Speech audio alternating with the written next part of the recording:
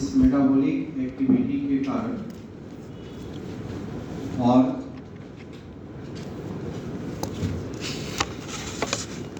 Access injection करता है तो इंजेक्शन मतलब फीडिंग के कारण जब मेटाबॉलिक एक्टिविटी होगा बॉडी में, फूड इनटेक करेगा, तो ऐसे कंडीशन में एनिमल अपने बॉडी के अंदर एक्यूमुलेट्स करता है urea, uric acid, ammonia,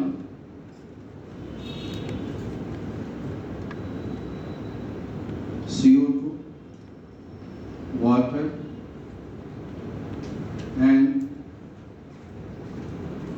ions like sodium, potassium, chloride, phosphate,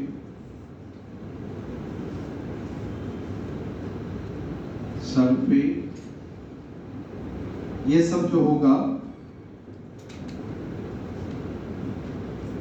इस मेटाबॉलिक एक्टिविटी और इंजेक्शन के प्रोसेस में बॉडी के अंदर में एक्यूमुलेट करेगा। बॉडी का जब मेटाबॉलिज्म होगा, इंजेक्शन होगा, फीडिंग होगा, उस प्रोसेस में ये सारे कंपोनेंट तैयार होता है और इसमें ये इलिमिनेट करेगा, रिमूव करता है आइदर पार्शियली और टोटली। इसको रिमूव करने का काम करेगा through mechanism of elimination, mechanism of elimination. ठीक है, तो इस तरीके से एलिमिनेशन के मैकेनिज्म के थ्रू इन सभी कंपोनेंट को पार्शियली या टोटली रिमूव करने का काम करेगा। तो इससे एक्सक्रीटरी वेस्ट और एक्सक्रीशन का कंडीशन देखा जाता है। तो एनसीईआरटी का जो ये सेंटेंस जो यहाँ पर लिखा गया है उसमें ये पार्शियली और टोटली जो रिमूव करने का काम कर रहा है वो एक्चुअली क्या हो गया, इसको कह देंगे एक्सक्रीटरी वेस्ट। यहाँ इस तरह का जो ये लिखता है इसका मतलब हो गया ये एक्सक्रीटरी वेस्ट के बारे में बता रहा है। और ये मैकेनिज्म ऑफ एलिमिनेशन का जो केस हो गया वो एक्सक्रीशन हो गया।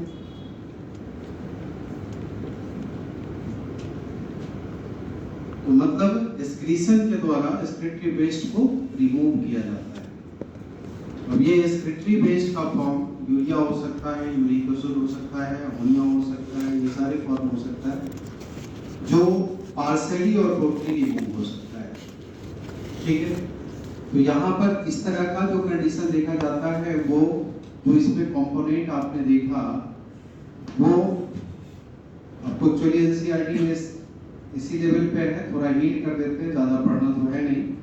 तो एक्सक्रीटरी वेस्ट के फॉर्म में नॉन नाइट्रोजिनस और नाइट्रोजिनस ये दो तरह का फॉर्म रिप्रेजेंट करेगा। जैसे अभी आपने देखा यूरिया है, यूरिक एसिड है, अमोनिया है, ये क्या है, नाइट्रोजनस वेस्ट को रिप्रेजेंट करेगा। अब CO2 है, वाटर वेपर निकलेगा, इलेक्ट्रोलाइट्स निकलेगा, ये सब क्या है, नॉन नाइट्रोजनस फॉर्म को रिप्रेजेंट करेगा। तो एक्सक्रीटा नाइट्रोजनस भी हो सकता है और नॉन नाइट्रोजनस फॉर्म में भी देखा जा सकता है। तो वो इस तरह से एक्सक्रीशन का कंडीशन देखा जा सकता है।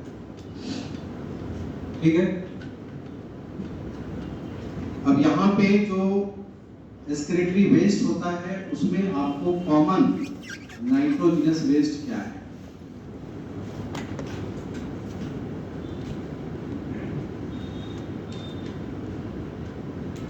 कॉमन नाइट्रोजनस वेस्ट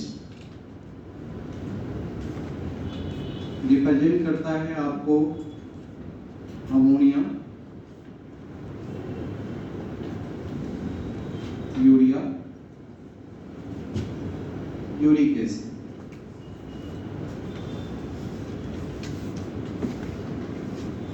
ये अमोनिया, यूरिया और यूरिक एसिड ये तीन कॉमन नाइट्रोजनस वेस्ट को रिपेयरिंग करता है। अब यहाँ पे हम अमोनिया की बात करते हैं।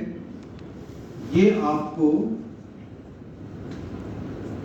हाई टॉक्सिक होता है,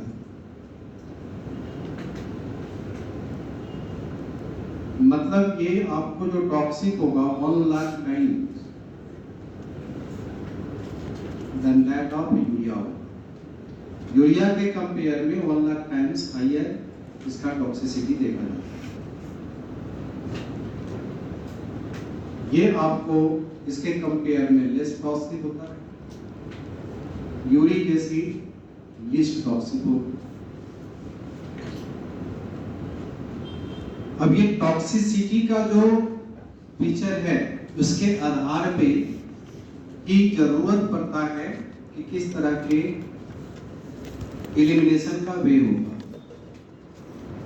चूंकि अमोनिया बहुत ज्यादा टॉक्सिक है तो ज्यादा टॉक्सिन को निकालने के लिए क्या करना पड़ेगा, ज्यादा पानी देना पड़ेगा। इसका मतलब है कि इसमें ज्यादा से ज्यादा वाटर का रिक्वायरमेंट होगा और ज्यादा से ज्यादा वाटर कहाँ रह सकता है, एक्वेटिक हैबिटेट में।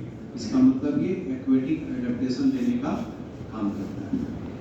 जहाँ पे क्या है कि ये लेस टॉक्सिक है तो मॉडरेट अमाउंट ऑफ वाटर होगा तब भी काम चल जाएगा, तभी इसको एलिमिनेट किया जा सकता है। तो इसका मतलब है कि मॉडरेट अमाउंट मतलब एवरेज लेवल ऑफ वाटर से भी ये एक्सक्रीटा एलिमिनेट हो सकता है। तो इसका मतलब है पानी जहाँ एवरेज अवेलेबल है वहाँ पे हो सकता है। ये कंडीशन क्या है, टेरेस्ट्रियल। इसका मतलब ये टेरेस्ट्रियल एडेप्टेशन के कंडीशन को शो करता है। और यूरिक एसिड जो होगा उसमें पानी का रिक्वायरमेंट बहुत ही कम रहेगा क्योंकि टॉक्सिक बहुत कम है। तो कम से कम पानी भी अगर मिल गया तब भी ये निकाला जा सकता है। इसका मतलब है क्या, अधिक से अधिक वाटर का कंजर्वेशन होगा। और सबसे ज्यादा वाटर कंजर्वेशन कौन करता है, जेरी यानी डेजर्ट एनिमल्स। तो ये ऐसे पैटर्न आपको रिप्रेजेंट करता है कि यहाँ पर हाईली टॉक्सिक होने के कारण ये रिक्वायर करता है large amount of water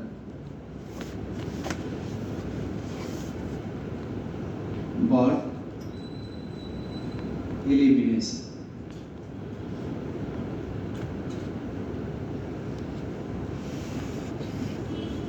That is aquatic adaptation.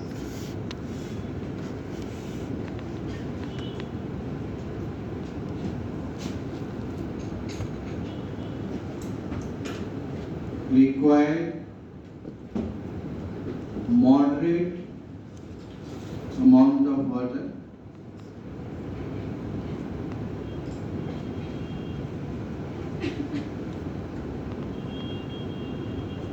for elimination. That is terrestrial adaptation.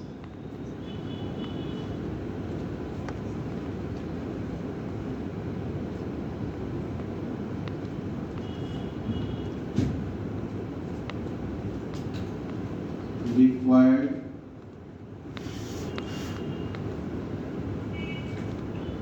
less content of water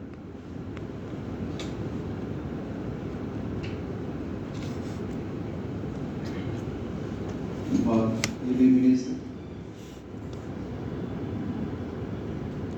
That is maximum conservation of water.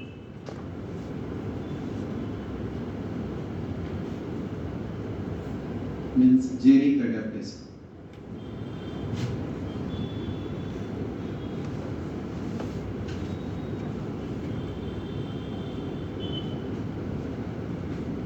तो इस तरह का डिस्क्रिप्टिव फीचर रिप्रेजेंट करता है इसके टॉक्सिसिटी के आधार पर।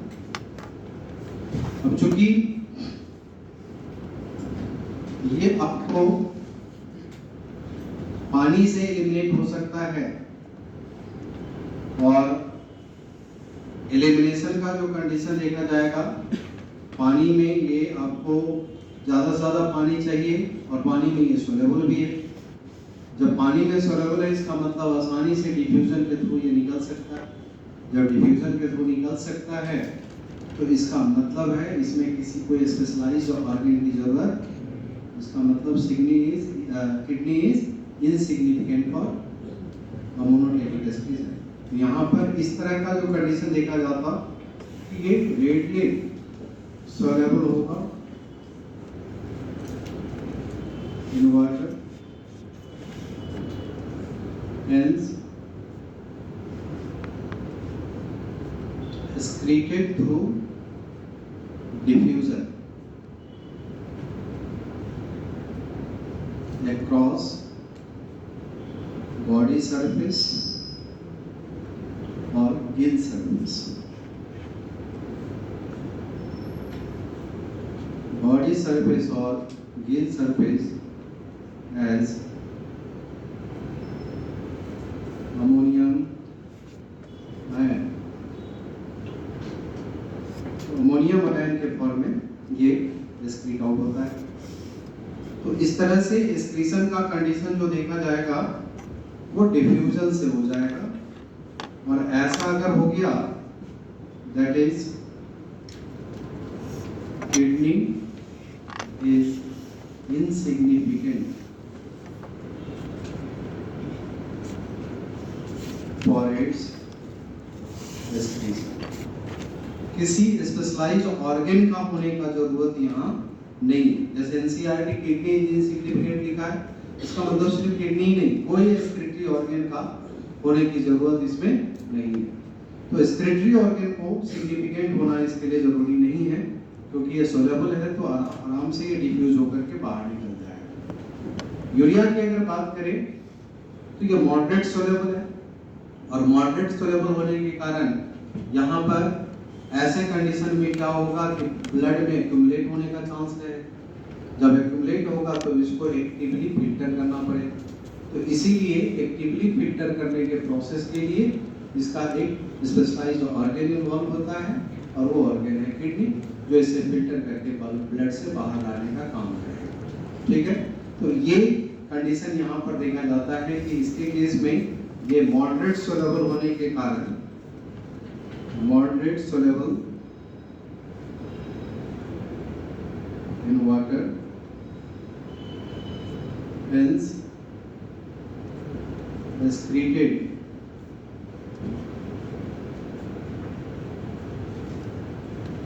from blood by kidney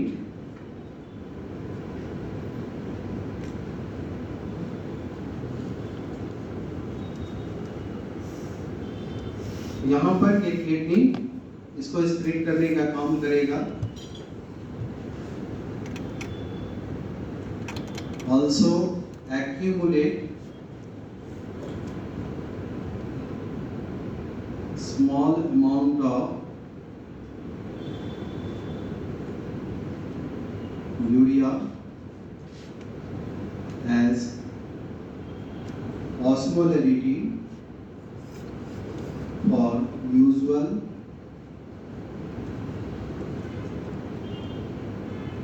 as osmolytes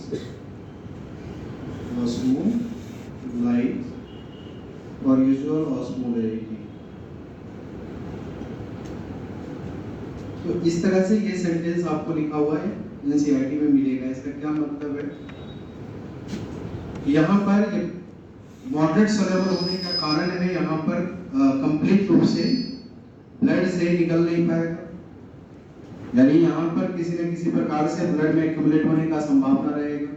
तो संभावना होता है, तो ऐसे कंडीशन में किडनी में भी ये जो होगा वो कुछ एक्यूमुलेट कर जाता है, और एक्यूमुलेट हो जाने के बाद यहाँ पर इस तरह का कंडीशन होता है कि वो किडनी के लिए ही सिग्निफिकेंट बन जाता है।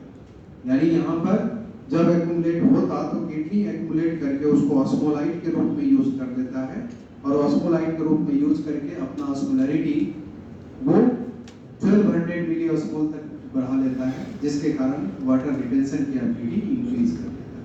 ठीक है, तो ये वाटर रिटेंशन करने के पर्पस के लिए इसी ऑस्मोलाइट को अपने अंदर यूटिलाइज करने का काम करता है। तो इस तरह का एडवांटेज इसमें देखा जाएगा। यूरिक एसिड जो होता है ये आपको सबसे कम सोल्यूबल है, और जब सोलेबल ही नहीं होगा तो जब पानी ज्यादा रहे या कम रहे कोई फर्क इसको नहीं पड़ेगा। तो ऐसे सिचुएशन में ये सोलेबल नहीं है तो पानी की जरूरत ही नहीं पड़ेगा, और अगर स्मॉल अमाउंट में ये पानी आएगा भी तो इसके कारण ये स्क्रीटा कैसा बन जाएगा, पेस्ट के जैसा। इसीलिए यूरिक एसिड हमेशा स्क्रीट करता है पिलेट या पेस्ट के फॉर्म में, समझ गए? यानी सॉलिड स्क्रीटा के फॉर्म में या सेमी सॉलिड फॉर्म में स्क्रीटा को रिमूव करने का काम करेगा। तो इस तरह का सिचुएशन इसमें देखा जा सकता है। तो ये आपको लेस्ट सॉल्युबल होता है in water, hence excreted as pellet or paste.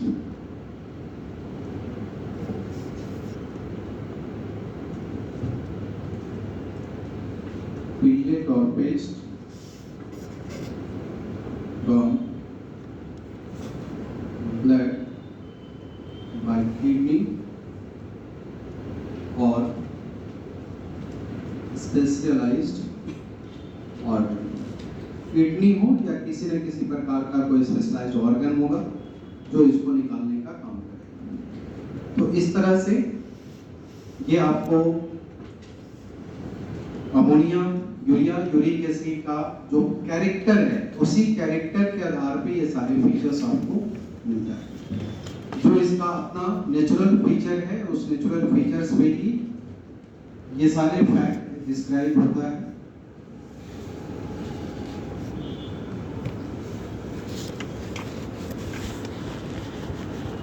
Ammonia अगर स्क्रीन करता है तो ऐसे कंडीशन में जब अमोनिया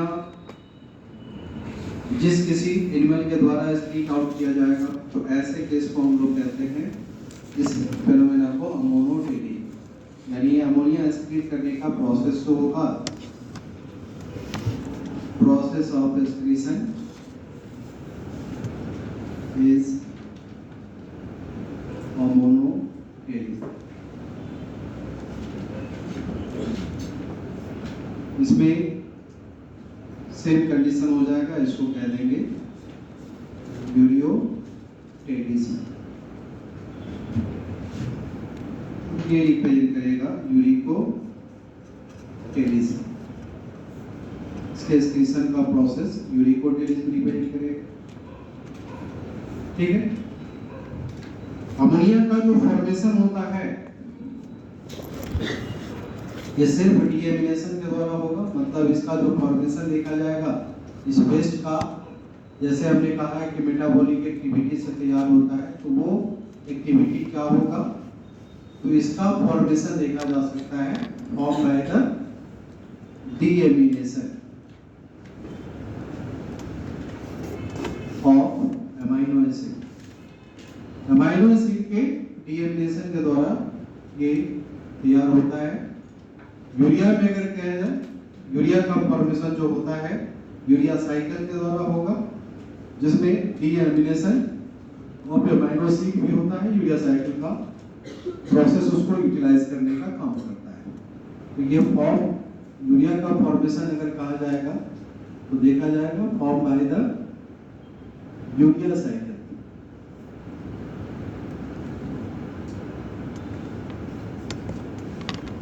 After deamination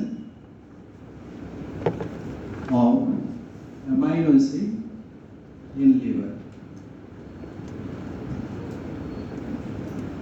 और यूरिक एसिड का फॉर्मेशन जो देखा जाता है ये फॉर्मेशन देखा जाएगा फॉर्म बाय द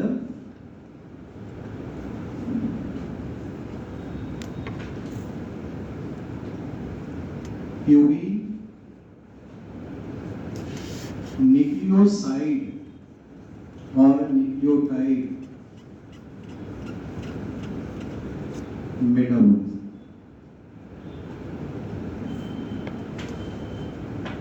प्यूरिन, ये हमेशा याद रखिए, प्यूरिन न्यूक्लियोटाइड या न्यूक्लियोसाइड यानी प्यूरिन नाइट्रोजनस वेस्ट जो होता है उसी का वेस्ट होता है यूरिक एसिड।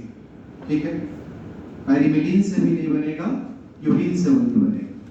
तो तो प्यूरिन न्यूक्लियोसाइड का या न्यूक्लियोटाइड का जो मेटाबॉलिक वेस्ट होगा उससे तब तैयार होता है यूरिक एसिड।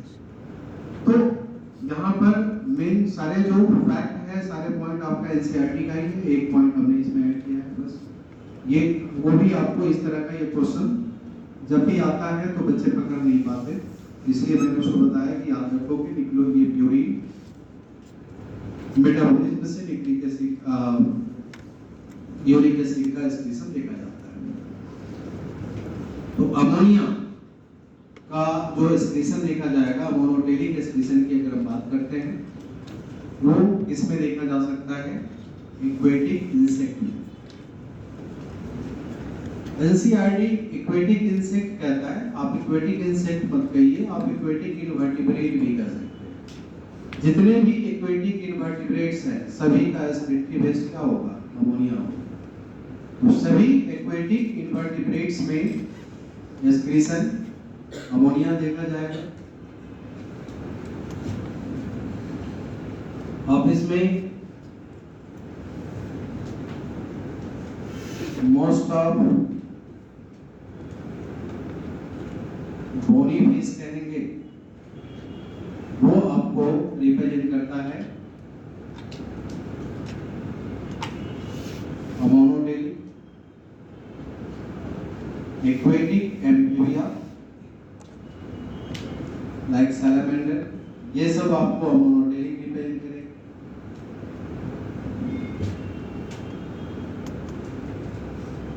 यूरियोटेलिक अगर कहा जाएगा तो यूरियोटेलिक टाइप का एक्सक्रीशन आपको मिलता है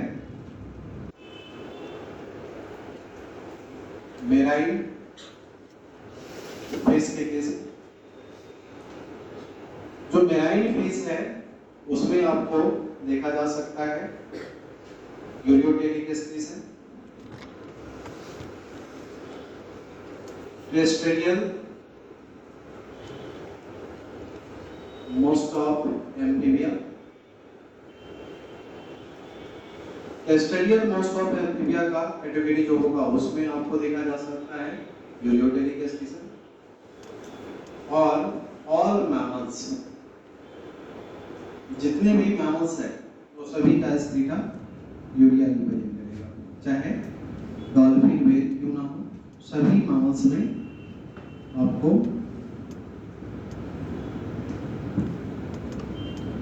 ये आपका यूरिकोटेलिक एक्सक्रीशन का कंडीशन देखा जाता है ऐसे एनिमल्स जिसमें पाया जाता है क्लेडोइक एग। क्लेडोइक मतलब सेल्ड एग जिसमें प्रेजेंट होगा उसके केस में रिप्रेजेंट करता है। जैसे एनसीईआरटी के एग्जांपल के रूप में जो कहें तो reptiles, birds, insect, land snail, ये सब आपको रिप्रेजेंट करेगा जो यूरिकोटेलिक एक्सक्रीशन देने का काम करता है।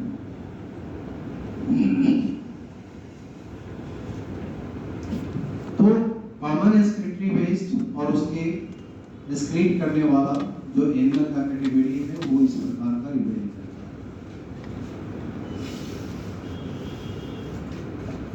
कुछ एनिमल होता है जो ड्यूअल एक्सक्रीशन देने का काम करता है, जैसे अर्थवर्म, पानी रहेगा तो अमोनिया एक्सक्रीट करेगा, पानी का स्कार्सिटी हो जाएगा तो यूरिया एक्सक्रीट करेगा। जेनोपस जिसको अफ्रीकन टोड कहते हैं उसमें भी सेम कंडीशन देखा जाता है। लंग्स फिश उसके केस में भी उसी तरह का कंडीशन देखा जाता है। पाइला उसमें भी उसी तरह का कंडीशन देखा जाता है। स्केलिस इसमें भी उस तरह का कंडीशन देखा जाता है कि पानी का स्कार्सिटी रहेगा तो यूरिया, और अगर पानी रहता है तो अमोनिया। क्रोकोडाइल में भी उस तरह का कंडीशन देखा जाता है। तो ये सब आपका एक्सक्रीशन का जो पैटर्न है वो एक्सक्रीटरी वेस्ट डिपेंड करता है किस चीज पे। अगर बोला जाएगा कि नेचर ऑफ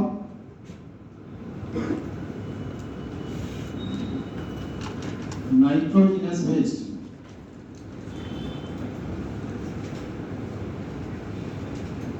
ये किस पे डिपेंड करता है? नेचर ऑफ नाइट्रोजनस वेस्ट अगर कहा जाएगा तो ये आपको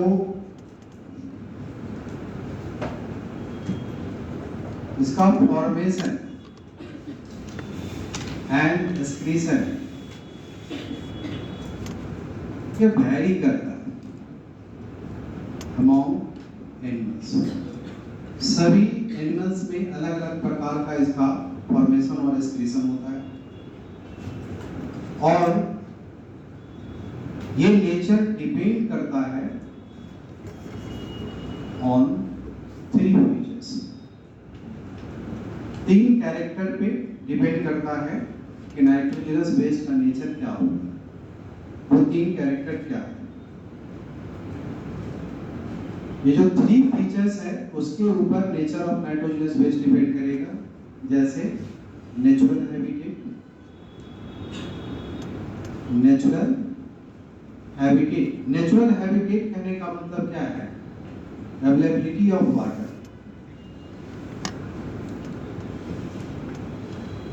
वाटर अगर नहीं है तो इसका मतलब यूरिकोटेरिक होगा, मॉडरेट है तो यूरियोटेरिक होगा, सफिशिएंट है तो मोनोटेरिक होगा।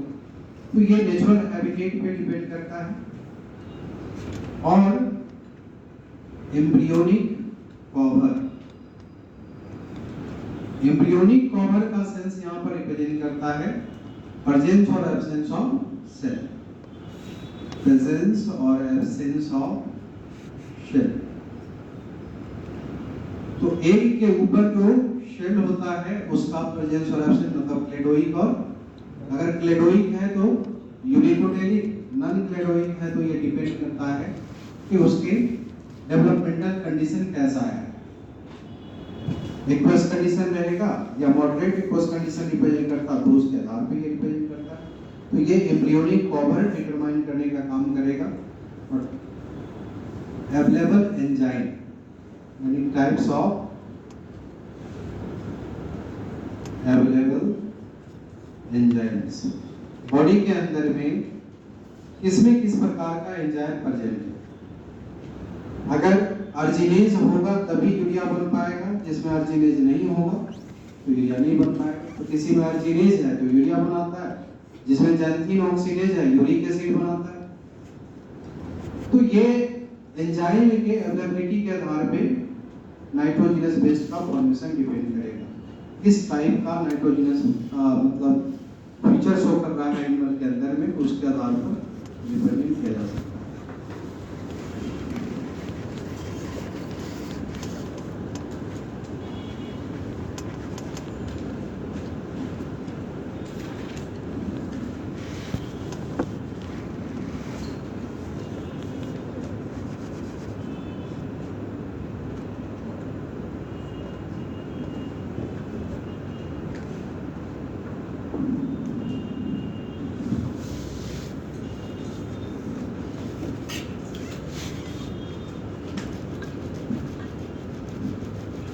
इसके अलावा एक दो पॉइंट ऐसा है जो कंपटीशन में आपको कई बार आया है, वो एनसीईआरटी से हम बाहर बता रहे हैं, लेकिन वो इंफॉर्मेटिव है जो आपको एग्जाम में आया है। तो मे भी चांस रहता है उसको कॉपी पेस्ट करके क्वेश्चन पूछेगा। तो होता क्या है कि जो अमोनिया है, इस अमोनिया का अगर मिथाइलेशन किया जाता है तो मिथाइलेशन के बाद तैयार होता है ट्राई मिथाइल एमीन, और जब इसका ऑक्सीडेशन होता है तो ऑक्सीडेशन के बाद बनता है tri methyl amine oxide, TMO। Either TMO direct लिख सकते हैं या ट्राई मिथाइल एमीन ऑक्साइड लिख सकते हैं। ये ट्राई मिथाइल एमाइन ऑक्साइड का जो फॉर्म रिप्रेजेंट कर सकता है, ये आपको एक्सक्रीटरी वेस्ट के रूप में निकलता है, और वो एक्सक्रीटरी वेस्ट हमारे बॉडी में भी हो सकता है और कुछ ऐसे एनिमल्स है उसमें भी देखा जा सकता है। ये एक्सक्रीटरी वेस्ट मेराइन टेलियोस्ट में देखा जाता है। टेलियोस्ट बोले तो बोनी वेस्ट, जैसे हमने मोनोपेनिक में लिखा था most of body piece, all body piece नहीं। तो इसका मतलब यहाँ पर मेराइन बॉडी पीस जो होता है उसके केस में ट्राइमिथाइल ऑक्साइड का फॉर्म भी प्रेजेंट करता है। ये हमारे बॉडी में भी स्प्लिट आउट हो सकता है और तब होता है जब फिनाइल कीटोनुरिया PKU से सफर कर जाते हैं। यानी फिनाइल कीटोनुरिया का कंडीशन जब हो जाएगा उस फिनाइल कीटोनुरिया के टाइम में हमारे बॉडी के अंदर में भी एक्सक्रीशन हो सकता है। PKU डिसऑर्डर जब होगा इन ह्यूमन, तो उस कंडीशन में ह्यूमन से भी TMO का एक्सक्रीशन हो सकता है। हमारा एक्सक्रीटरी वेस्ट जो होता है वो यूरिया होता है, लेकिन यूरिया के साथ अगर TMO होता है तो इसका मतलब है फिनाइल कीटोनुरिया जैसा डिसऑर्डर बॉडी में। दूसरा इसमें क्वेश्चन जो रहता है क्रिएटिन और क्रिएटिनिन के ऊपर। क्रिएटिन और क्रिएटिनिन ये बहुत इंपॉर्टेंट है। दोनों में डिफरेंस क्या है? जब क्रिएटिन को डिहाइड्रेट कर दिया था, मतलब एनहाइड्रस कंडीशन ऑफ क्रिएटिन को ही कहते हैं क्रिएटिनिन। तो एनहाइड्राइड फॉर्म जो हो गया क्रिएटिन का उसको क्रिएटिनिन कहते हैं। तो होता क्या है कि जैसे इसमें एक्सक्रीशन का जो कंडीशन है ये आपको एक्सक्रीट करता है, एक्सक्रीटेड विद यूरिन। अगर यूरिन से एक्सक्रीट हो रहा है तो वो एक्सक्रीट हो सकता है किस समय? जब आप फास्टिंग में रहो। फास्टिंग के टाइम में इसका एक्सक्रीशन होगा। फीटल स्टेज के टाइम में इसका एक्सक्रीशन हो सकता है। अगर आपको डायबिटीज है यानी कीटोसिस है तो कीटोसिस के टाइम में एक्सक्रीशन हो सकता है, यानी डायबिटीज से सफर कर रहा है तो उस कंडीशन में हो सकता है।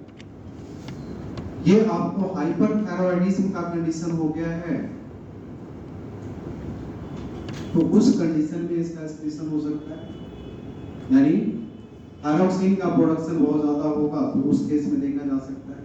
अगर फीमेल प्रेग्नेंट स्टेज में रहती है, प्रेगनेंसी और लैक्टेशन का टाइम होगा तो उस कंडीशन में भी इसका एक्सक्रीशन देखा जाता है। तो एक्चुअली क्वेश्चंस में ये सारे चॉइस में ही अलग अलग वो क्वेश्चंस आया है पहले।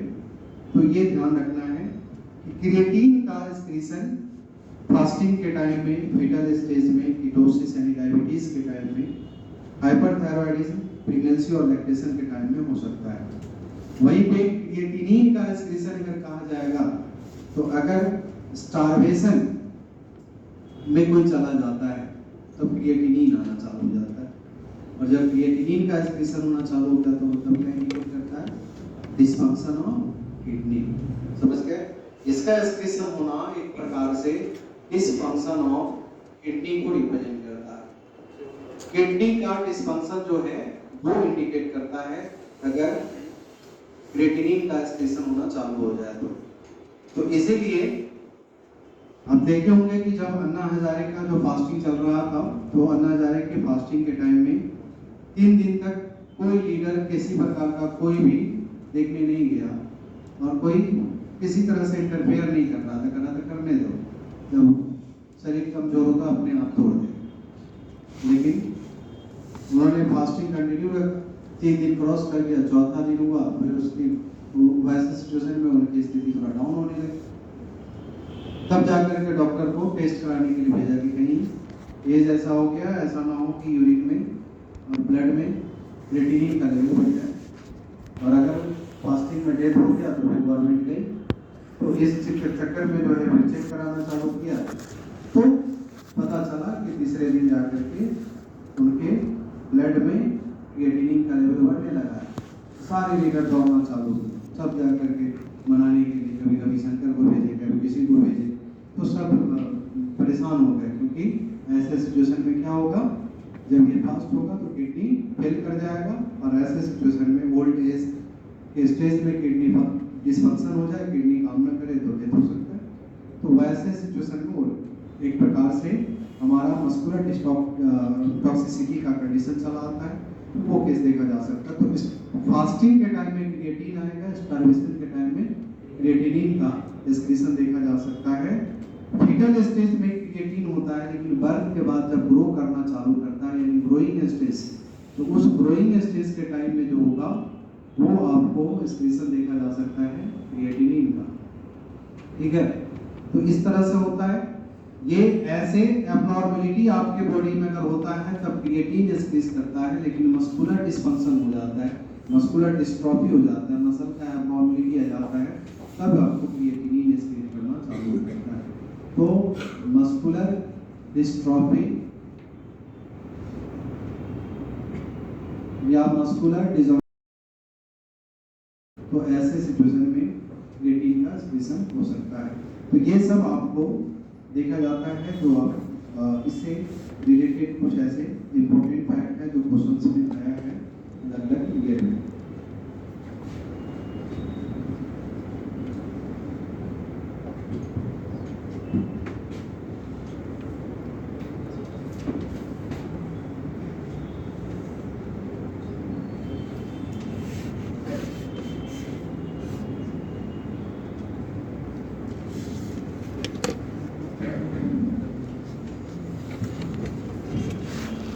हम लोग जब यहाँ पर एक्सक्रीटिव वेस्ट देख रहे हैं तो सबसे मेन एक्सक्रीटिव वेस्ट यूरिया होता है, और यूरिया बनने के प्रोसेस को यूरिया साइकिल कहते हैं। यूरिया साइकिल को ऑर्निथिन साइकिल भी कहा जाता है। ऑर्निथिन साइकिल या इसे क्रेब-हेंसेट साइकिल भी कहते हैं।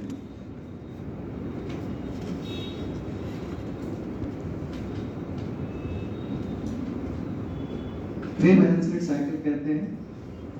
तो यूरिया साइकिल और ऑर्निथिन साइकिल यानी क्रेब-हेंसेट साइकिल जो है ये सिर्फ होता है यूरियोटेलिक एनिमल में।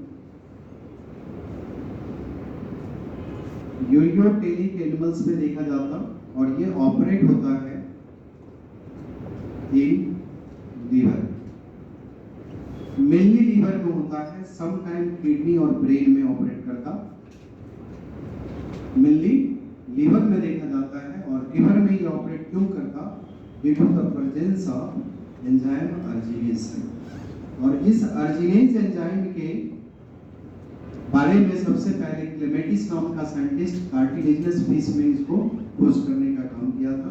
इसीलिए कार्टिलेजिनस फिश जो होता है वो यूरियोटेलिक एक्सक्रीशन का कंडीशन शो करता है। हमने क्या बोला है? Marine fish ureotelic, cartilaginous fish क्या है? मेराइन फिश, तो उसमें एक्सक्रीशन क्या होगा? यूरियोटेलिक हो। तो कार्टिलेजिनस फिश में अर्जिनेज सबसे पहले खोज किया गया था क्लेमेटिस नाम के साइंटिस्ट के द्वारा। अब यहाँ पर ये लीवर में ऑपरेट करता है, तो लीवर के मैट्रिक्स में और साइटोसोल दोनों ही पार्ट इसका इन्वॉल्व होता है, और उसमें ही आपको ये देखा जाएगा। तो यहाँ पर जो यूरिया साइकिल होता है, उस यूरिया साइकिल में एक मॉलिक्यूल यूरिया को बनने के लिए क्या चाहिए? 1 CO2, 1 वाटर मॉलिक्यूल चाहिए, 2 ammonia, 3 ATP, 4 amino acid, 5 enzyme चाहिए। तब जाकर के आपको 1 मॉलिक्यूल यूरिया तैयार होता है। एक मॉलिक्यूल यूरिया को बनाने के लिए 1 molecule CO2, 1 molecule water, 2 molecule ammonia, 3 ATP, 4 amino acid, 5 enzymes. ये 1 मॉलिक्यूल यूरिया को बनाने का काम करता है। और हमने कहा कि ये आपको लीवर में ऑपरेट करता है, और लीवर में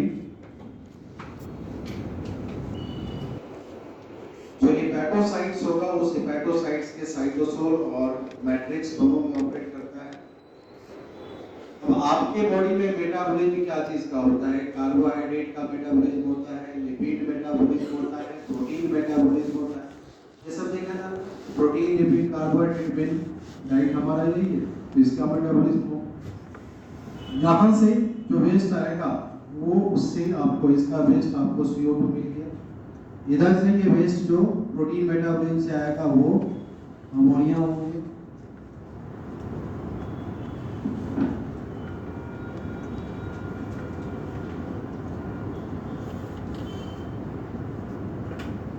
अब यहाँ पे जो देखा जाता है कि ये CO2 और अमोनिया आसानी से डिफ्यूज नहीं करता, क्योंकि ये डिफ्यूजेबल नहीं होता है, ये एक दूसरे में डिफ्यूजेबल नहीं होता, इसीलिए एक्टिवली डिफ्यूज कराने के लिए इसमें क्या होता है 2 ATP की जरूरत पड़ता है और 1 मॉलिक्यूल वाटर की जरूरत पड़ता है। इन presence of enzyme carbamoyl phosphate synthetase, इस एंजाइम के प्रेजेंट में ये आपको क्या करता है कि ATP से एनर्जी ले लेता, ये ADP में कन्वर्ट कर देता और पानी को यूज करके इस एंजाइम का जो एक्टिवेटर है वो होता है magnesium ion, cofactor magnesium ion होता है। इसके प्रेजेंट में यहाँ पर इससे इनऑर्गेनिक फॉस्फेट ले लिया, एनर्जी ले लिया और CO2 अमोनिया कार्बोमाइल फॉस्फेट का फॉर्मेशन कर दिया, ये बना दिया कार्बोमाइल फॉस्फेट। अब ये कार्बोमाइल फॉस्फेट जो होता है ये फर्स्ट डोनर नाइट्रोजन का बनता है, ये फर्स्ट डोनर नाइट्रोजन का पड़ता यूरिया साइकिल के लिए और वो यूरिया साइकिल में नाइट्रोजन डोनेट करता ऑर्निथीन को।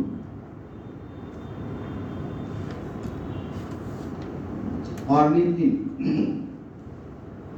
इस ऑर्निथीन को यहाँ से कार्बोमाइल फॉस्फेट से फर्स्ट नाइट्रोजन लेने का काम करेगा और ये नाइट्रोजन यूटिलाइज करने के लिए जो एंजाइम इन्वॉल्व होता है वो अल्फा ऑर्निथीन ट्रांस कार्बोमाइलेज, इस एंजाइम के प्रेजेंट में ये आपको सेट्रोलीन में कन्वर्ट कर जाता है। ऑर्निथीन को चेंज कर दिया सेट्रोलीन, तो ऑर्निथीन में एक नाइट्रोजन को यूटिलाइज करके अभी ऑर्निथीन को सेट्रोलीन में कन्वर्ट कर दिया अल्फा ऑर्निथीन ट्रांस कार्बोमाइलेज। ये सेट्रोलीन जो होता है एक्चुअली क्या करता है, सेट्रोलीन यहाँ पे एक अमोनिया मतलब सेकेंड नाइट्रोजन का यूटिलाइजेशन करने का काम करेगा। इस नाइट्रोजन को यहाँ डिफ्यूज करने के लिए एनर्जी की जरूरत पड़ता है, तो 1 ATP ये आपको यूटिलाइज करेगा। और इस केस में देखा जाता है कि जो पानी यहाँ लिया था यहाँ इस केस में आकर के ये पानी यहाँ निकाल देता है और इसमें इस अमोनिया को डिफ्यूज कराने के लिए एनर्जी प्लस एंजाइम की जरूरत होता है और वो एंजाइम रिप्रेजेंट करता है क्या, वो आपको देखा जाता है argino succinate.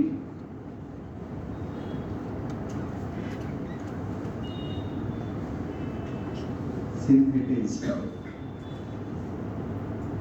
अर्जिनो succinate synthetase enzyme के प्रेजेंट में ये अमोनिया को ATP को यूटिलाइज कराया और ये एक नाइट्रोजन को एक्सेप्ट करके सेट्रोलीन कन्वर्ट कर गया अर्जिनो सक्सिनेट कॉम्प्लेक्स में।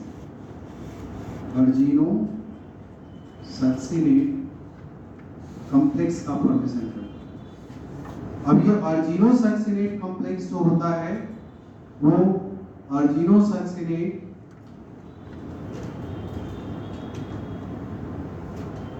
लाइज के प्रेजेंट में टूट जाता है दो component, arginine and fumaric acid. Fumaric acid और अर्जिनिन में टूट जाता है।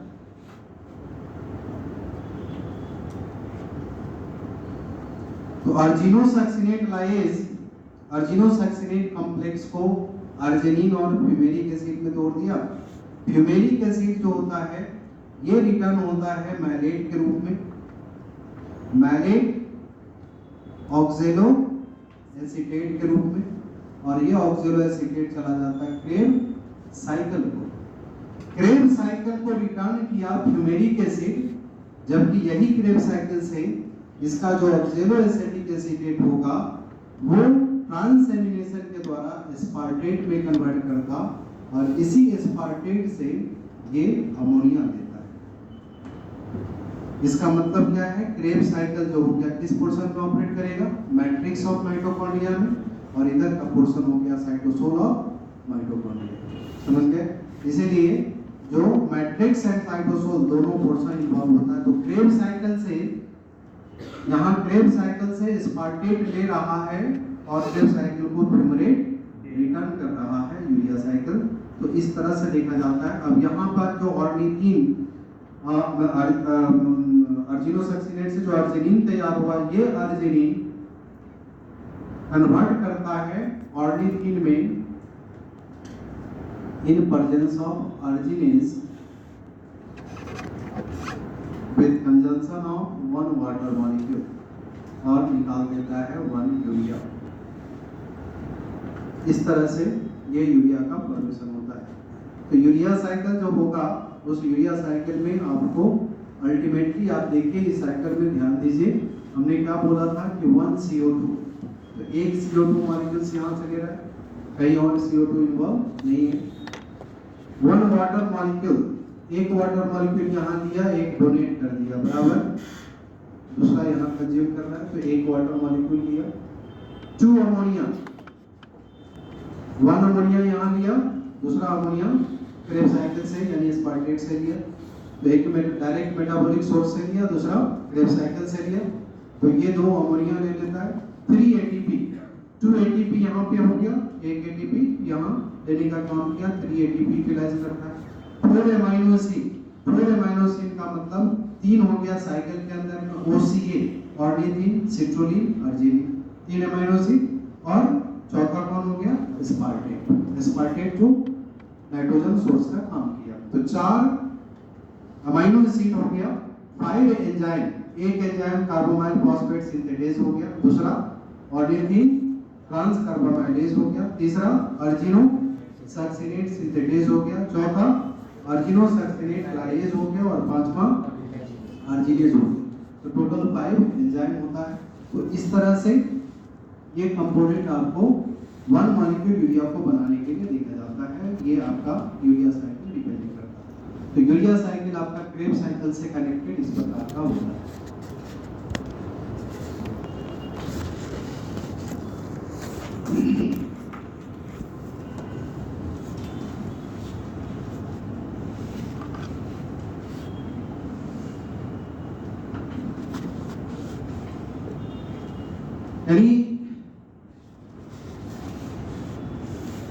नटसेल में आप ये कह सकते हो कि जो लीवर है वो रिमूव करता है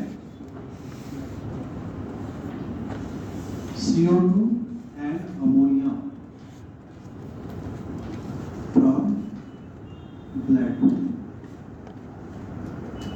यानी लीवर भी एक्सक्रीटरी फंक्शन करता है, लेकिन इसका एक्सक्रीटर क्या होगा, CO2। किडनी एक्सक्रीट करता है यूरिया को और लीवर एक्सक्रीट करता है CO2 एंड अमोनिया। समझ गया? तो अमोनिया CO2 का एक्सक्रीशन करने का काम करता है लीवर, और किडनी यूरिया को एक्सक्रीट करता है। तो दोनों ही इस तरह का काम करता है। यूरिया बनाया ये, लेकिन निकालता लीवर है। ये लीवर निकाल रहा है एक्चुअली ब्लड से क्या चीज को, CO2 को और अमोनिया। तो ब्लड से क्लीन करता है इस दोनों को, इसलिए लीवर का एक्सक्रीटरी वेस्ट होगा CO2 एंड अमोनिया। ठीक है, ये था एक्सक्रीटरी वेस्ट से रिलेटेड मेन था। अब एक्सक्रीटरी ऑर्गन,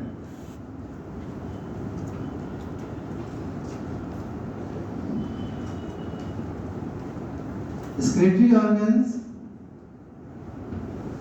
आपको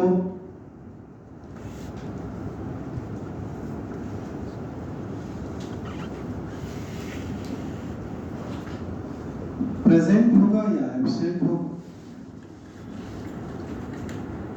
जब रेस्पिरेटरी ऑर्गन एब्सेंट होगा तो एक्सक्रीशन कैसे करेगा? जनरल बॉडी सरफेस पे। अगर एब्सेंट है इसका मतलब excrete through general body surface, यानी डिफ्यूजन के द्वारा एक्सक्रीशन का काम करेगा। तो general body surface excretory structure माना जा सकता है किसमें? स्पॉन्ज के केस में, निडेरियन के केस में नहीं, इकाइनोडर्मेट्स के केस में। ये ऐसे एनिमल है जहां पर एक्सक्रीटरी ऑर्गन नहीं पाया जाता। इसमें एक्सक्रीटरी ऑर्गन नहीं होता, स्पॉन्जेस, निडेरियंस एंड इसमें एक्सक्रीटरी ऑर्गन नहीं है, मतलब एक्सक्रीटा जनरल बॉडी सरफेस से निकालता है। प्रेजेंट जिसमें होगा तो प्रेजेंट हो सकता है दो तरीके से, सिंपल ट्यूबुलर एक्सक्रीटरी ऑर्गन होता है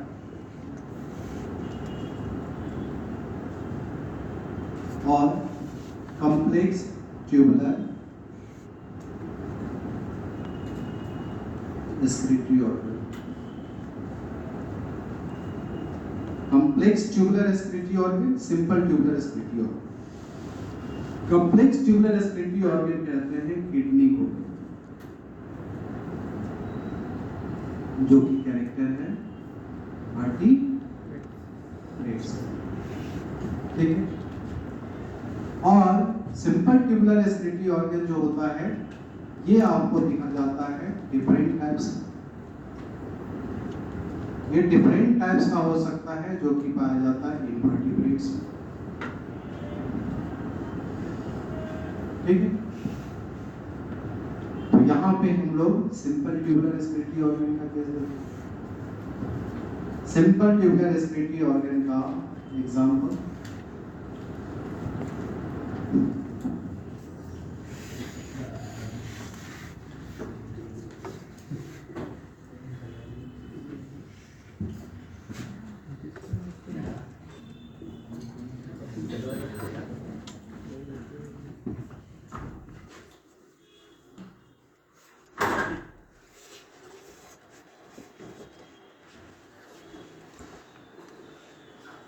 सिंपल एक्सक्रीटरी ऑर्गन आपका जो हो सकता है वो डिफरेंट टाइप्स का देखा जा सकता है। जैसे एनसीईआरटी में मैंने 3 स्ट्रक्चर को मेंशन किया है। क्या क्या?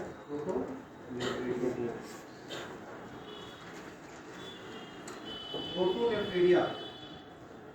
जिस प्रोटोनेफ्रीडिया में आपको यहाँ पे फ्लेम सेल लेकर के छोड़ दिया, फ्लेम सेल और सोलेनोसाइट दोनों ही प्रोटोनेफ्रीडिया होता है।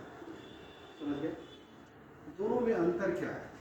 एक्चुअली क्या है कि ये आपको इस तरह से ट्यूबुलर स्ट्रक्चर होता है जिसके ऊपर प्रोटोप्लाज्मिक फ्लेम होता है as well as ciliary flame कहा जाता है, इसीलिए इसका नाम पड़ जाता है फ्लेम सेल। तो बॉडी कैविटी के अंदर में ये जो फ्लेम ऑफ प्रोटोप्लाज्म होता है वो फ्लैश करके इस डेटा को कलेक्ट करके लाने का काम करता है इसके मूवमेंट में, और सीलिया फिल्टर करके फिर उसको अंदर में जाने देता है। समझिए? तो इस तरह से इस डेटा को कलेक्ट करके लाएगा और इस प्रकार से ट्रांसपोर्ट बाहर निकालने का काम करता है। अब यहाँ प्रोटोनेफ्रीडिया, फ्लेम सेल और सोलेनोसाइट ये 2 स्ट्रक्चर हुआ। तो ये याद रखिए कि दोनों ही सेम नहीं होता है। दोनों को प्रोटोनेफ्रीडिया कहते हैं लेकिन दोनों सेम नहीं है। फ्लेम सेल जो होता है वो नॉन वैस्कुलर है, ये नॉन वैस्कुलर है, और सोलेनोसाइट जो होता है वो वैस्कुलर है। समझिए? दोनों में अंतर यहाँ पे नहीं है। इसीलिए ऐसे केस में हम लोग कह तो देते हैं कि टेप वर्म में सोलेनोसाइट नहीं, टेप वर्म में सोलेनोसाइट नहीं होता, फ्लेम सेल। लेकिन सोलेनोसाइट करके भी नेक्स्ट क्वेश्चन में आंसर आपको मिल जाएगा। सोलेनोसाइट होता है एंटीऑक्सिस में, एंटीऑक्सिस सेफेलोकॉर्डेट्स के केस में, वहाँ पे आपको वेस्कुलर होता है। क्योंकि स्ट्रक्चर दोनों का सेम है तो नाम दे देता है, साइनोनिमस फॉर्म में यूज कर देता है, लेकिन कैरेक्टर क्या है, एक इलेक्ट्रिकल तो दूसरा। यहाँ पर ये प्रोटोनेफ्रीडिया जो होता है इसमें क्या किया है, एनसीईआरटी का वो पॉइंट बहुत इम्पोर्टेंट है और वो ऑप्टिक इन्फ्लुएंस में एक ही बात है। तो ये जो उसमें लिखा है कि ये primarily concern with the removal of ionic and body fluid regression, body fluid regression. मतलब क्या, आयनिक एंड बॉडी फ्लूइड रिग्रेशन का मतलब क्या हुआ, इसका मतलब प्रोटोनेफ्रीडिया एक्सक्रीटरी स्ट्रक्चर नहीं है। तो आप याद रखो कॉन्ट्रैक्टाइल वैक्यूल और प्रोटोनेफ्रीडिया दोनों ऑस्मोरेफ्लेक्टिव है, हेल्प करता है एक्सक्रीशन में। जैसे किडनी क्या है, एक्सक्रीटरी ऑर्गन है, मेटानेफ्रीडिया क्या है, एक्सक्रीटरी ऑर्गन है, हेल्प इन ऑस्मोसिस। समझ में आया? लेकिन प्रोटोनेफ्रीडिया और कॉन्ट्रैक्टाइल वैक्यूल क्या है, ऑस्मोरेफ्लेक्टिव है, हेल्प करता है। प्राइमरी फंक्शन इसका देखा जाएगा ऑस्मो रेगुलेशन, यहाँ इसका फंक्शन ऑस्मो रेगुलेशन होता है, ठीक है। बट हेल्पिंग एक्सक्रीशन, इससे आप समझ जाइए कि मेन फंक्शन ऑस्मो रेगुलेशन है। और एनसीईआरटी का वो जो सेंटेंस है कि आयनिक एंड बॉडी फ्लूइड रेगुलेशन, उसी का मतलब होता है ऑस्मो रेगुलेशन। समझा? तो ये आपको ऑस्मो रेगुलेशन देना इसका मेन फंक्शन है। तो प्राइमरली कंसर्न है ऑस्मो रेगुलेशन से। सप्लीमेंटल फंक्शन हो गया एक्सक्रीशन। इसका एग्जांपल आपको प्लेटफॉर्म होगा, यानी प्लेटी हेलमिंथेस। तो प्लेटफॉर्म में जैसे प्लेनेडिया लिखा होगा, ये देखा जाता। आप इसमें एनसीईआरटी में तो यही है, लेकिन इसमें आप थोड़ा सा याद रख लीजिए कुछ रोटीफर्स है, उस रोटीफर्स में देखा जाता है। रोटीफर्स एक राउंड वर्म का एक टाइप है, मतलब निमेटे हेलमिंथेस का एक टाइप है, उस रोटीफर्स में देखा जाता। अगर याद ना रहे तो कोई फर्क नहीं पड़ेगा, लेकिन चॉइस अभी जो बनाओगे उसमें हेल्प करेगा, तो इसलिए मेंशन कर दे रहा हूँ। एनसीईआरटी का एक ही एग्जांपल याद रखिए, प्लेटफॉर्म है यानी प्लेनेडिया। तो रोटीफर्स जो होगा उसमें एंड सम एनालिट्स में भी देखा जाता है। कुछ ऐसे प्रिमिटिव एनालिट्स का फॉर्म है, पॉलीकीट्स है, उसके केस में देखा जाता है।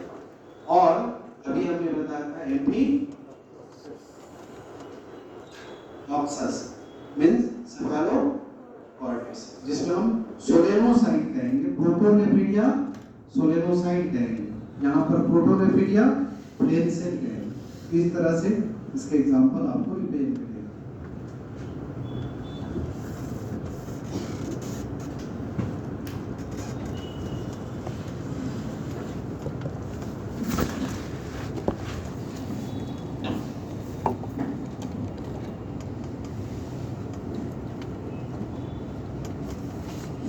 दूसरा टाइप हम इसमें ले सकते हैं मेटानेफ्रीडिया। मेटानेफ्रीडिया ये आपको ओपन टाइप का होता है और ये क्लोज टाइप का होता है। प्रोटोनेफ्रीडिया आप इस तरह से देखिए। मेटानेफ्रीडिया का एक्चुअली इस तरह से ये स्ट्रक्चर प्रेजेंट रहता है और वो जैसा ओपनिंग शो करता है उसी के आधार पे ये एक्सोनेफ्रिक और इंटेरोनेफ्रिक टाइप का ये पैटर्न रिप्रेजेंट करता है, जिसमें यहाँ पर इसकी ओपनिंग इस प्रकार से होता है और ये प्लेन के जैसे यहाँ पर इस तरह से रिप्रेजेंट करता है। उसमें आपको ऐसे ये प्रोटोप्लाज्मिक मेम्ब्रेन जो होता है वो इस डेटा को कलेक्ट करने में हेल्प करने का काम करता है। तो ये आपका मेटानेफ्रीडिया का जो कंडीशन देखा जाता है वो आपको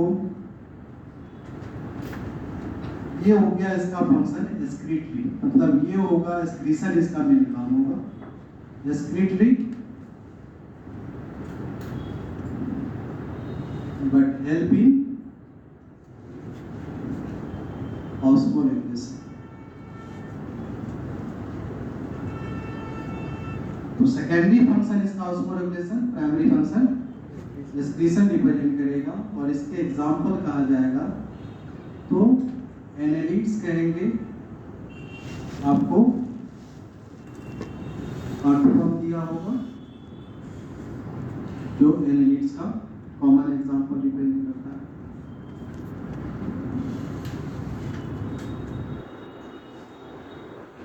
उसी तरह से आपको एक एंटीनरी ग्लैंड के बारे में दिया है, Malpighian tubules. Malpighian tubules, Malpighian tubules अगर कहते हैं, ये मालपीजियन ट्यूब्यूल्स की रिप्रेजेंट करता है कि गट का जो पोर्शन होता है, इस गट के इस पोर्शन में इससे लगा हुआ ये ट्यूबुलर एक्सक्रीटरी स्ट्रक्चर होता है जो बॉडी कैविटी का यानी हेमोलिम्फ से एक्सक्रीटा को निकालने का काम करता है। तो इस तरह से ब्लाइंड ट्यूबुलर स्ट्रक्चर रिप्रेजेंट करता मालपीजियन ट्यूब्यूल्स, जो एक्सक्रीटरी होगा, हेल्प करता है इन ऑस्मोरेगुलेशन।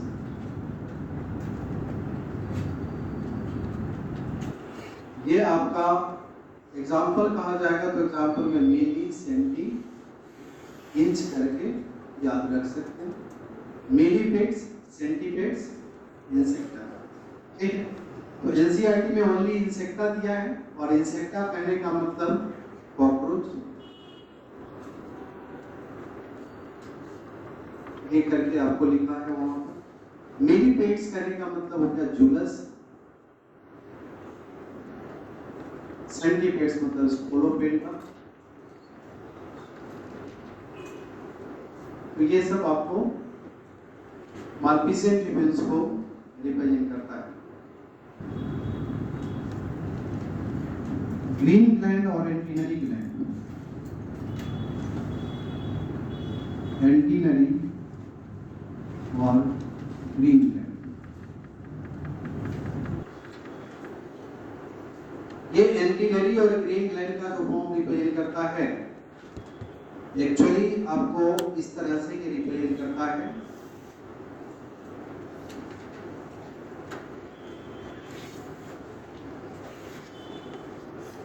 ये ग्राउंड शेप का, इसके अंदर में ये प्रेजेंट होता है एक्सक्रीटरी स्ट्रक्चर, जिसमें ऑस्मोटिक रेगुलेटरी ट्यूब्यूल्स का कॉम्प्लेक्स पाया जाता है। तो ये आपको एंटीनरी और ग्रीन ग्लैंड जो रिप्रेजेंट करता, ये भी आपको एक्सक्रीटरी होगा, एक्सक्रीटरी बट हेल्पिंग ऑस्मोरेगुलेशन। यानी एक्सक्रीशन ऑस्मोरेगुलेशन फंक्शन हुआ, एक्सक्रीशन इसका मेन फंक्शन हो जाएगा। इसका एग्जांपल कहा जाएगा तो क्रस्टेशियन में, क्रस्टेशियन मतलब प्रॉन, प्रॉन में, केफिश में, उसमें रिप्रेजेंट किया जा सकता है। तो इस तरह से आपको रिप्रेजेंट करता है ग्रीन ग्लैंड। और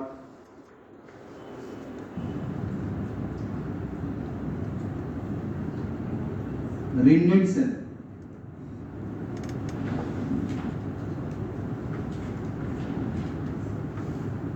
रिनेट सेल और एच कैनाल। रिनेट सेल और एच कैनाल जो होता है वो एक्चुअली इस तरह से ये रिप्रेजेंट करता है, ये एच के जैसे अपीयरेंस शो करता है ऐसे। तो यहाँ पर ये भी एक प्रकार से यूनिसेलुलर स्ट्रक्चर है, लेकिन ये ऑस्मोरेगुलेटरी नहीं है, एक्सक्रीटरी है।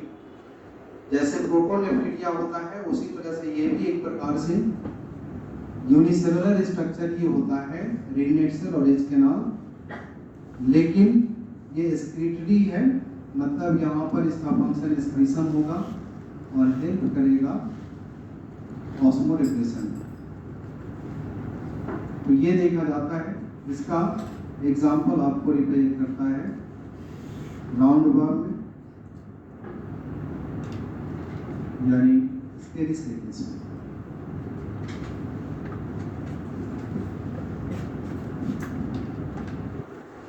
और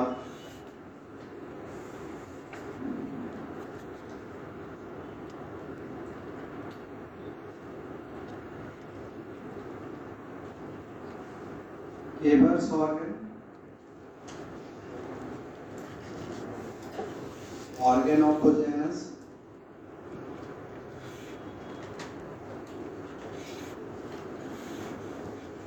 ये आपको same condition excretory and osmolarity function देगा। ऐसा केस देखा जाता है मोलस्क में। मोलस्क में यानी यूनियम के केस में रिप्रेजेंट करता है।